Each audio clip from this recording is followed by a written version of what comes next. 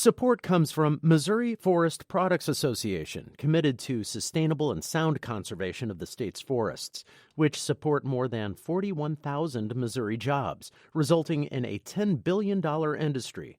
ChooseWood.com. We hope you enjoy listening to this podcast of St. Louis on the Air, brought to you by University College at Washington University. With undergraduate and graduate programs, part-time, evening, and online. University College at Washington University, offering world-class education within reach. Welcome to St. Louis on the Air. I'm Don Marsh. Every year, the organization Cultural Leadership travels to various parts of the country to educate St. Louis area high school students on issues of privilege and injustice. Emmett Till's story is more than a talking point for this group. With me to explain are Holly Ingraham, Executive Director of Cultural Leadership, Amadi MuseMorris, and Lizzy Mills, our Cultural Leadership High School Program participants. Thank you all so much for being with us. Great to see you. Thank you for having us. Thanks, Holly, Don. let me start with you. Kind of set this up. What is Cultural Leadership's association with the Emmett Till story? Sure. So Cultural Leadership's mission is to create a more just and equitable community. Our high school leadership program is a year-long program, and it focuses on educating students about past injustices as well as what's going on currently. During that year-long training, students participate in what we call the transformational journey, and it's a 3-week trip where students travel to the Northeast and then through the South, following parts of the Freedom Trail. During that part, students visit a place called Money, Mississippi, which, as we just learned, is where Emmett Till went to Bryant's grocery store. And so our students go there to learn about that story, to see firsthand where that place was. And so Amadi and Lizzy were part of a class 2 years ago that got off their bus to go and look at Bryant's grocery store and to read the marker at that site and found that marker to be vandalized. Amadi, tell me what you actually saw. How was it vandalized? Yeah, so whenever we were there and, we all get off the bus and we see this marker, it was just all this black paint. It was painted on top of the actual marker. And for me, I don't think I was shocked to see something like that. I was it was like, wow, I can't really believe someone did this, but I wasn't very surprised about it. For someone who's seen previous vandalized markers in the past, I wasn't shocked. Lizzy, what was your reaction to it? I was surprised. It kind of felt like someone was physically trying to cover up the history that had happened there. I think it's also important to note that the area around the marker is very similar to the marker. In fact, that it's not taken care of. Brian's grocery stores looks overgrown. It was hard for us to picture what it had looked like back then, and it was shocking to see, I think. And I think it all took us a minute to register that this was intentional and damaging. Did you feel compelled to do something about it? We did. As a group, there were about 24 of us. We had all gone back on the bus, and we were all like, something doesn't feel right here. We can't leave it like this. And so we all started taking out pieces of paper from our notebooks, and some of us wrote pieces of history about Emmett Till and his murder, and as well as his case and the verdict. And some of us wrote inspiring notes about Till and how he's become sort of a symbol for the civil rights movement. Amadi, what did you write? I wrote about how I thought and wished this event and just the overall life of Emmett Till, just how pivotal his story was, especially in today's time. And I wrote and wished that I hope their family seeks justice and receives justice for what happened to him, and that he's been so inspirational to not only the civil rights movement itself, but also young people today. Do you remember, Lizzy, what you wrote? I wrote, "Rest in Power, Emmett Till," and then I drew a picture of the grocery store. Very, very simple message. Yeah. Mm-hmm. Holly, your reaction to all of this. You were there and you were watching these kids react. I'm sure you were very proud of what they did. Yes, and it was interesting because the day before they visited Money, Mississippi, they had met with a journalist, Jerry Mitchell of the Clarion Ledger, who has helped bring down many of the perpetrators of the Civil Rights Movement, most notably several Ku Klux Klansmen. And so when the students saw the vandalized sign, they tweeted back to Jerry Mitchell a photograph of that. And Jerry wrote a story again about Emmett Till and the significance of that. What happened next was really what our program is about. It's the ripple effect of when people stand up and speak out against injustices. And we got a phone call at the office from the Huffington Post wanting to use the student's photograph. And what we stand for at Cultural Leadership is elevating the youth voice and supporting youth and being our social justice advocates and activists. If you look at history, history has pointed to the young people creating the change that our country needs each time. And so we said, yes, you can use the photo as long as you interview the students, because the story isn't about the vandalism. It's about what the students chose to do in the face of hate.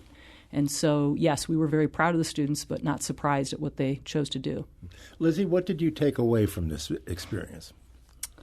I took away that a simple act, just as simple as writing something on a piece of paper and taping it, tweeting a picture of it, it can have a large ripple effect. And I think it touched a lot of people to see that young people like us, not from Mississippi, had the power to change something and in a way preserve Emmett Till's legacy and his story. How about you, Amadi? Yeah, what I took away from it was I saw the different, I guess you could say, the different connections in which this shows, because I did, whenever I went to the vandalized marker and I saw everything, it was just very moving. And I saw to where these things just keep going on today. They keep happening, and it's really something that needs to be done, but we should never forget. How did the townspeople react to what you guys were doing? Oh, the people that were in Money, Mississippi? Yeah. Yeah. When we were posting up the signs and stuff, there were a couple of cars that drove by, and they would honk at us. Mm-hmm. Not friendly honks, I would assume. No, they were. I don't think they actually seemed a little. It was interesting to see, just in the dynamic of our own group. The students, the black students, had a much different reaction to the car honks. They were scared. A couple of them ran onto the bus, and a lot of those students they were just honking at us like they saw a tour bus or something. So I think that was really interesting to see that too. Yeah. Holly, a tense moment for you with that sort of thing going on, I would imagine.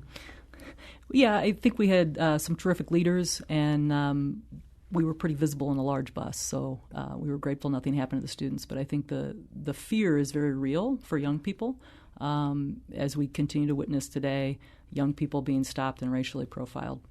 Well, this happened 2 years ago. Mm-hmm. You've been back since, have you not? Yes, we have. What did you find, I guess, this year? What did you find when you went back? So part of the students' work was to tweet back to Jerry Mitchell, and they were asking him who's responsible for the sign. So not only did the students choose to repair the sign themselves with their makeshift information, but they tried to follow up with who was responsible for maintaining that. And so part of that work helped lead to a more expedited process of repairing the sign. There were some people that made some donations, and the Mississippi State Historical Society has since repaired the sign, and we got photos back of the sign in repair. So the students this year got to see the sign, and it was not vandalized. Lizzy, did you have a chance to talk to the people who went down this year before they did? I remember a couple of them texted me pictures of the marker when they were there. They're like, this is because of you guys. And they had restored all the history on the back of it, which I think is one of the most important parts of the marker, is not just, something important happened here, but something important happened here, and something very similar to that continues to happen today. Your reaction to that, Amadi? I think it was very empowering just to know that you had an impact on something so important in history. It was just really eye-opening, and I was very proud of us, I guess I could say. Mm-hmm. So, it's a really cool experience.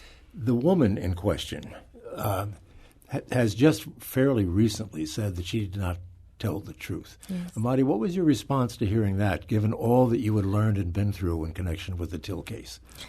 Yeah, hearing what she said, I wasn't surprised at all. I kind of had a feeling that what she was saying wasn't totally true. And things like this happen today. I've seen cases in which people come back and lie about things. I've had family members that have been accused of things and they're still in prison today for incidents like that.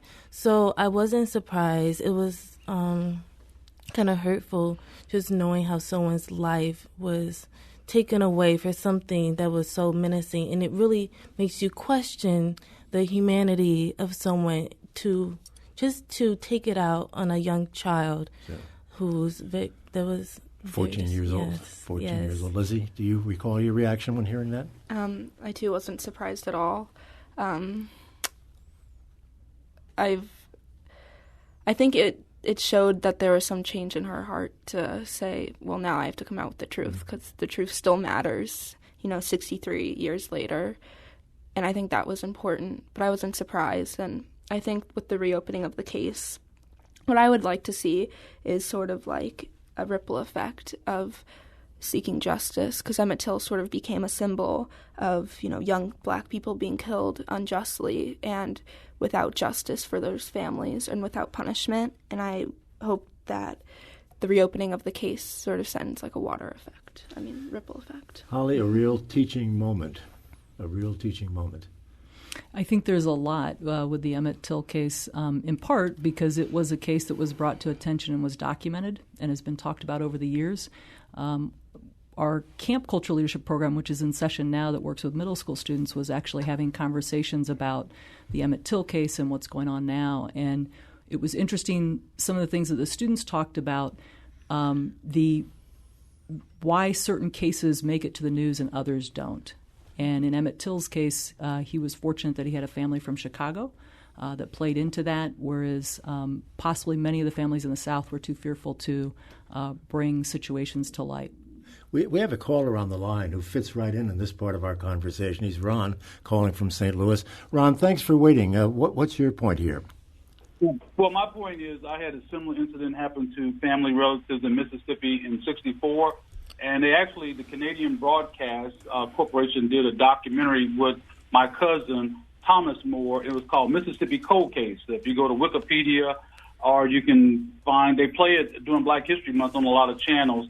But the same thing happened on May 2nd. Charlie Moore, a college student, and Hezekiah D., a mill worker, both from Franklin, Mississippi, were picked up by the Klan while hitchhiking in Medville. They were abducted, interrogated, and tortured in a nearby forest, locked in a trunk, and dropped in the Mississippi River. The case was reopened in 2000, and in 2007, the individuals responsible were convicted.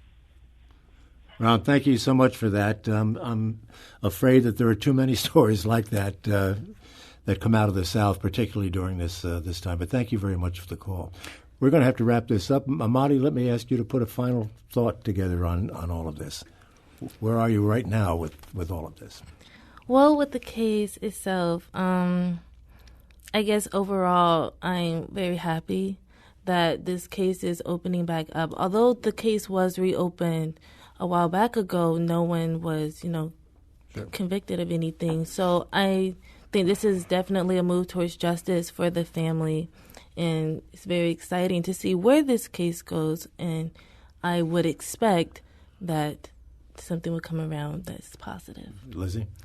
I agree. I'm happy that they've reopened the case, and I hope that it is the beginning to see justice, not just for Emmett Till, but for so many others, and we can begin to heal all of the intense emotion that's wound up in almost like a century's worth of lack of it. Holly, a final thought. You going back next year?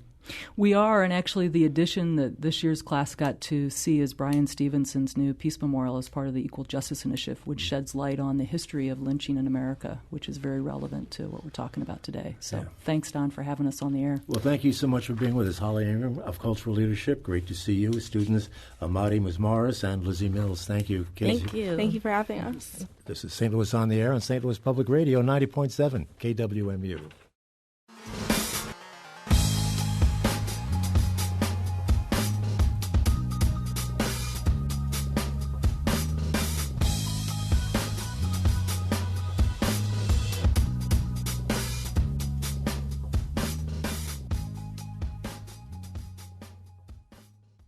Support comes from the Missouri Forest Products Association, committed to conservation and careful management of the state's forests to make them more resilient and better habitats for wildlife. ChooseWood.com.